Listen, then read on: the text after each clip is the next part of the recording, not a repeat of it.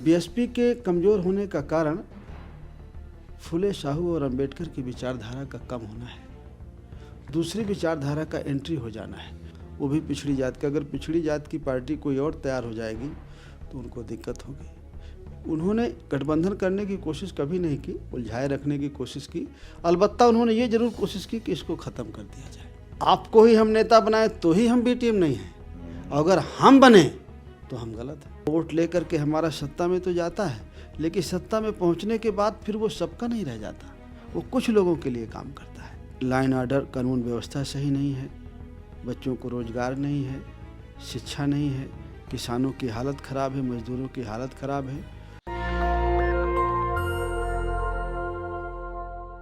UP चुनाव में बाबू सिंह कुशवाहा, असदुद्दीन ओवैसी और बामन मिश्राम, इन तीनों ने मिलकर एक मोर्चा बनाया है। तीनों लोग राजनीति में, सामाजिक आंदोलन में बहुत फेमस हैं।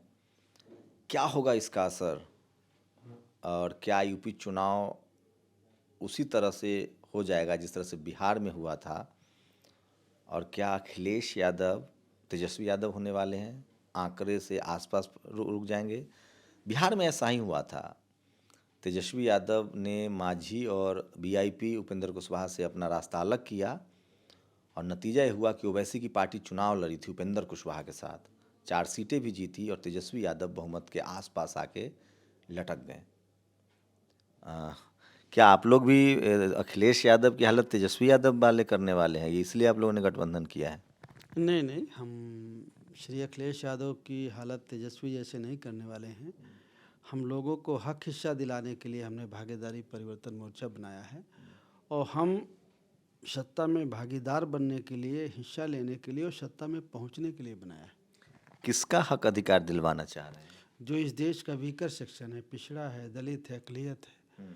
आज़ादी के 75 साल बाद भी जो बाबा साहब अम्बेडकर ने हमें संविधान में लिख करके दिया, जिनको हमने जिता करके भेजा, उन्होंने आज तक वो हक हिस्सा नहीं दिया। तो जो मानवर कांशीराम साहब कहते थे, जिसकी जितनी संख्या भारी उसकी उतनी हिस्सेदारी, उसी नारे के साथ हम आज खड़े हैं कि हर जगह आबादी के हिसाब से हमें हिस्सा मिले। कौन छीन रहा है उनका हिस्सा?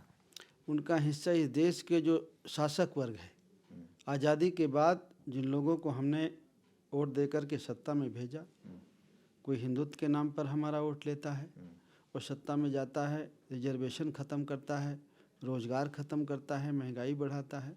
दूसरी तरफ कोई धर्मनिरपेक्ष की बात करता है, समाजवाद की बात करता है, और वोट लेकर के हमारा सत्ता में तो जाता है, लेकिन सत्ता में पहुंचने के बाद फिर वो सबका नहीं रह जाता, वो कुछ लोगों के लिए काम करता है।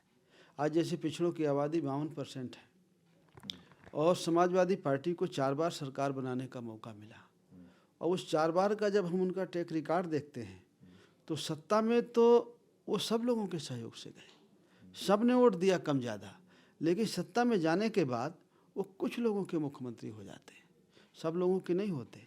हम चाहते हैं कि सत्ता में जो जाए उसे ध्यान आए कि अगर 100 सिपाही की भर्ती है तो पाल भी है, निषाद भी है, धोबी भी है, कोरी भी है, मौर्य भी है, लोधी भी है, सभी जातियों के लोग हैं, उनका भी प्रतिनिधित्व रहे। 4 बार अखिलेश सीएम रहे, 4 बार बहन जी भी सीएम रही हैं। आप तो पिछले कार्यकाल में मंत्री भी रहे, कद्दावर मंत्री थे। उनके कार्यकाल को में उसमें क्या हो पाया काम?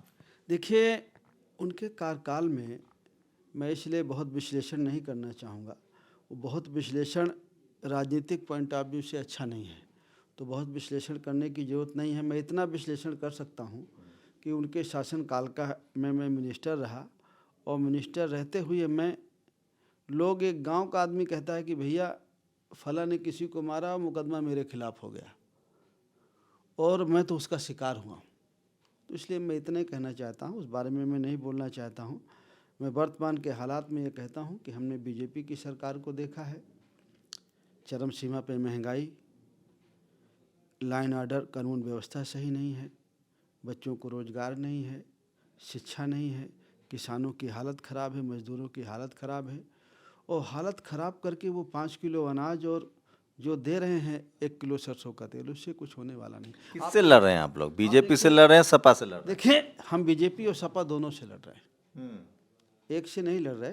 और हमारी लड़ाई आप देखिएगा आने वाले 3-4 दिनों में। हमने एक हफ्ते कहा था 3-4 दिनों में देखिएगा बीजेपी से हमारी सीधी लड़ाई रहेगी। समाजवादी पार्टी, मुझे ऐसा लगता है क्योंकि समाजवादी पार्टी के शासनकाल को लोगों ने देखा है, उत्तर प्रदेश की जनता ने देखा है, तो मेरा ऐसा मानना है कि शायद उत्तर प्रदेश की जनता समाजवादी पार्टी को लायक नहीं करेगी। आप लोग मान्यवर कांसीराम साहब की बात करते हैं, वो बहुजन की बात करते थे। लोगों का सवाल है सबसे ज़्यादा, नेशनल दस्तक पर रोज़ 4 मिलियन लोग आते हैं, वो कहते हैं कि SC ST OBC माइनॉरिटी की लीडरशिप वाली पार्टियाँ, चाहे मायावती जी हों, चाहे अखिलेश जी हों, चाहे कुशवाहा हों, बाबू सिंह कुशवाहा हो, चाहे बामन मिश्राम हो, चाहे वैसे, ये लोग अलग अलग लड़के समाज का वोट बांट रहे हैं और बीजेपी को फायदा होगा, बीजेपी आ जाएगी। SC बहुजन को लगता है कि उसका पॉलिटिकल राइवलरी बीजेपी से है। देखिए समूह सिंह जी, मैं आपको एक बात कहूँ कि हम लोग साहू, फुले और अंबेडकर को मानने वाले लोग हैं। माननीय कांसीराम साहब के चेले हैं, उनके बताए हुए रास्ते पर चलते हैं। बाबा साहब अम्बेडकर ने जब रिपब्लिकन पार्टी बनाई, बाबा साहब अम्बेडकर के लास्ट में ही जो बाबा साहब अम्बेडकर के कुछ अनुयायियों की थोड़ी सी गलती के कारण उस समय 19 डाउन होना शुरू हुई, उसके बाद तो रिपब्लिकन ख़त्म हो गई। आप अगर पुराना इतिहास देखेंगे और BSP को देखेंगे तो आप उसमें बहुत सारी समानता पाएंगे। इतिहास अपने आप को दोहराता है।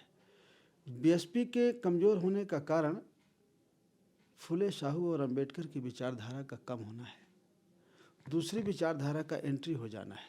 वो अलग बात है कि हमें भी दुख है, आपको भी दुख है, जो मानने वाले लोग हैं, जो बनाने वाले लोग हैं, उनको सबको दुख है कि ये मूवमेंट मानवर कांसीराम साहब ने पूरी ज़िंदगी निछावर करके बनाई और वो मूवमेंट कहाँ चला गया। तो दुख तकलीफ अलग बात है, लेकिन अगर हमें सही दिशा पे चलना है, काम करना है पिछड़ों के लिए, दलित के लिए, अक़लियत के लिए, तो कोई विचारधारा, कोई रास्ता अगर किसी का अलग हुआ है तो हमें तो नया रास्ता बनाना पड़ेगा और उसी के लिहाज से हमने रास्ता बनाया है। जब हम एक तरफ एकदम, जैसे कहते नहीं लोग कि महाभारत में कहते हैं कि धृतराष्ट्र ने पुत्र मोह में गलत कदम उठाया, तो हमको जब लगता है कि नहीं कुछ भी हो यार, BSP तो ठीक है, लेकिन वो BSP नाम है, वो है कहाँ। आप लोगों ने गठबंधन की कोशिश नहीं की। ज़्यादातर लोगों का ये भी कहना है कि लोग एक मंच पर भी तो आ सकते थे। आपने क्या सपा बसपा से गठबंधन की कोशिश की? अखिलेश तो कह रहे हैं कि हम सबको साथ लेना चाह रहे थे। देखिए समाजवादी पार्टी से 3-4 महीने पहले मेरी बातचीत हुई थी। समाजवादी पार्टी को मैं जानता हूँ कि वो मेरे से नहीं करेगी। उसका रीज़न है कि मैं भी पिछड़ी जात का हूँ, वो भी पिछड़ी जात का। अगर पिछड़ी जात की पार्टी कोई और तैयार हो जाएगी तो उनको दिक्कत होगी। उन्होंने गठबंधन करने की कोशिश कभी नहीं की, उलझाए रखने की कोशिश की। अलबत्ता उन्होंने ये जरूर कोशिश की कि इसको ख़त्म कर दिया जाए। बहुजन समाज पार्टी का चूँकि हमारा 12 साल से अलगाव है, कोई मतलब है नहीं, तो हमारा कोई लिंक है नहीं। देखिए हम अकेले कोई इच्छा करें किसी से जुड़ने की, वो माने नहीं रखती। अगर सामने वाले की इच्छा हो तो माने रखता है। अब आरोप लग रहा है आप लोगों पर कि ओवैसी, उन पर ठप्पा लगा हुआ है कि वो बीजेपी को मदद करते हैं, जबकि वो रिप्रेजेंटेशन का सवाल उठाते हैं। अब उसमें बामन मिश्राम और बाबू सिंह कुशवाहा की छवि थी एक बहुजन बड़े नेता की, कि वो SC ST OBC minority, social justice, Phule Periyar Ambedkar के आंदोलन को बढ़ाने वाले लोग हैं, इसलिए उनको फंसाया गया। वो छवि आपकी टूट रही है इस वाले मामले से।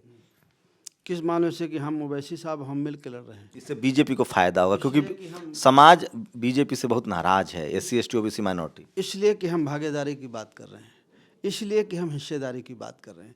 अगर हम हिस्सेदारी, भागीदारी, अपने बच्चों की बात ना उठाएं, आपकी बात ना उठाएं, उनको वोट दे दे तो हम B टीम नहीं हैं। और अगर हम कहें कि नहीं हमारा भी बच्चा सिपाही बनेगा, वो भी दरोगा बनेगा, वो भी सिविल सर्विसेज में जाएगा, उसे भी ठेके पट्टी मिले, उसे भी इज्जत मर्यादा से रहने का मौका है, तो हम B टीम है।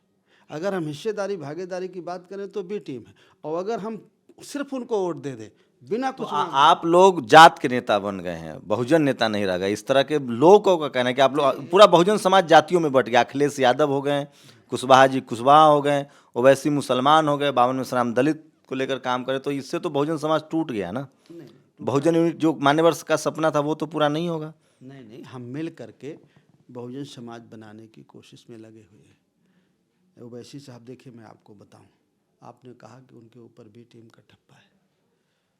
14 में इलेक्शन हुआ पार्लियामेंट का, ओवैसी साहब यहाँ नहीं लड़े थे।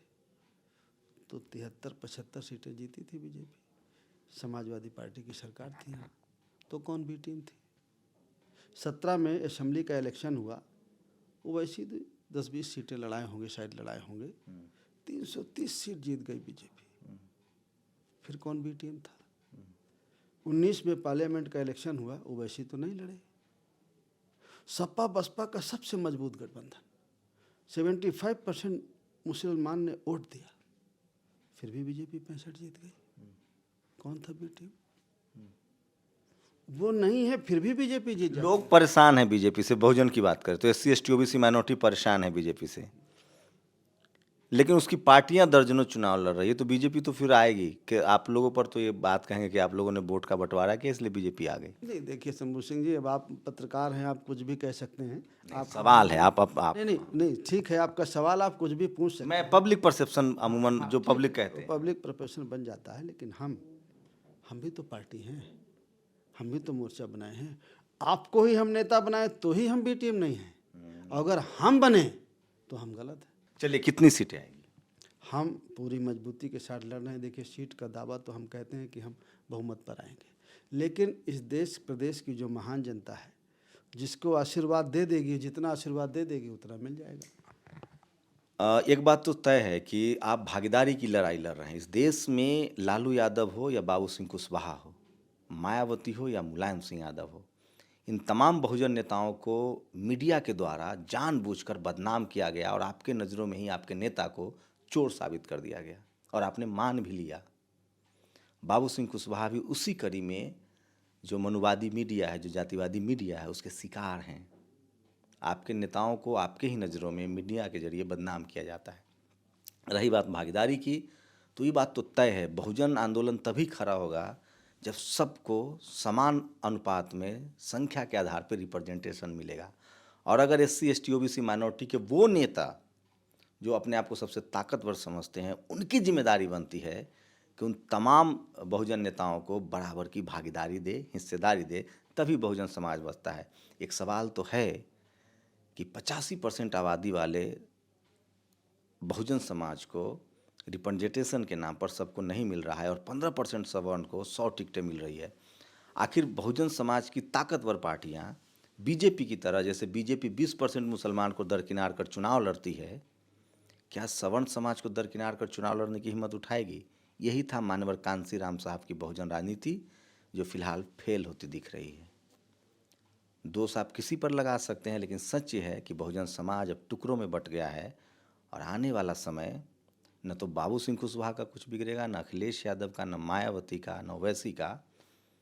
SC ST OBC माइनॉरिटी का आरक्षण और रिजर्वेशन खत्म होता दिख रहा है। बाकी आप लोग समझदार हैं, 10 मार्च को जो भी नतीजे आएंगे हम आपको ज़रूर बताएंगे। लेकिन SC ST OBC माइनॉरिटी के जिस नेता पर मेरी राय है, अगर आरोप लगे भ्रष्टाचारी होने का, तो समझिए कि वो समाज के लिए कुछ बेहतर कर रहा था। आप लोग की क्या प्रतिक्रिया, अपनी प्रतिक्रिया जरूर दीजिए। कैमरा पर्सन निधि के साथ शंभू कुमार सिंह, नेशनल दस्तक, लखनऊ।